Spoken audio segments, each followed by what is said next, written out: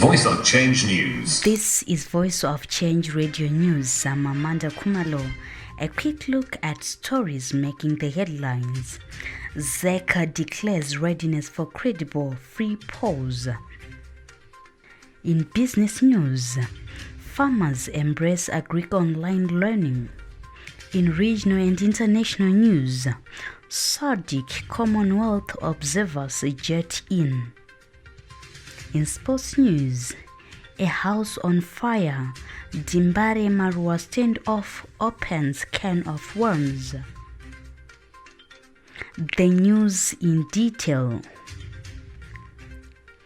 The Zimbabwe Electoral Commission is ready to deliver free and credible elections next Wednesday, with most of the logistical arrangements now in place. The chairperson of the Electoral Board, Justice Priscilla Chigumba, said this at an elections observer and media briefing in Harare yesterday, ahead of the harmonized elections on August 23. Former Mozambican President Mr. Joaquim Chissano and the head of the SADC Observer Mission and former Zambian Vice President Mr. Nevas Mumba attended the briefing. In her presentation, Justice Chigumba said SADC was an independent body and was not influenced by government, any organization or individuals. In other news, ahead of next Wednesday's harmonized elections, President Mnangagwa has said victory is not only imminent but certain for ZANU-PF as the party continues to deliver development that leaves no one and no place behind. The president told thousands of people who thronged Handina Secondary School in Makoni South for a star rally that the evil machinations of the country's erstwhile colonizers to arm twist the masses through barbaric economic sanctions have been defeated by the revolutionary people of Zimbabwe, who have since the turn of the millennium steadfastly rejected their puppets clothed in opposition cloaks. He said that the dawn of the Second Republic has, despite the economic sanctions, witnessed Zimbabwe's economy grow in leaps and bounds. In business news, farmers have commended the government for the launch of an online agriculture college, saying that it will change the agricultural education landscape immensely from grassroots level. The government recently launched an online agricultural college, which will play a pivotal role in the development of the country's agro-based economy, as it will close the information and knowledge gaps in agriculture.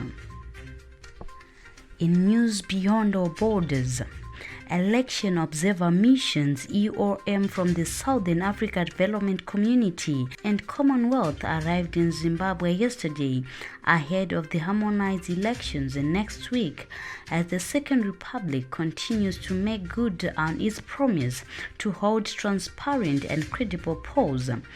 The European Union's observer mission, as well as other individuals, are already in the country, with more expected to arrive as the week progresses. President Mnangagwa has opened doors for all observers worldwide to come and observe the elections in the spirit of transparency and democracy.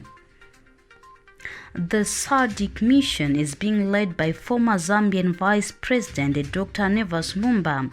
The bloc's EOM will be deployed to all the country's 10 provinces.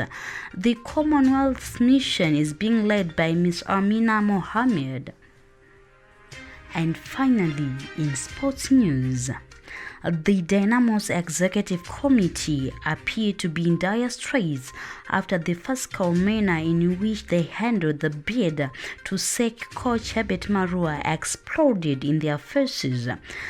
The melodramatic soap opera which Chairman Moses Monganze's executive been staring at since last week took an interesting turn yesterday after the management finally handed over 3 separate charge sheets to coach Herbert Jompano Maruwa, manager Richard Chiworo, and assistant gaffer Murape. By the way, Maruwa, who was fired last week, has since been reinstated, but just like Chiworo and Murape, he was immediately suspended without benefits. That brings us to the end of this bulletin. Voice of Change News.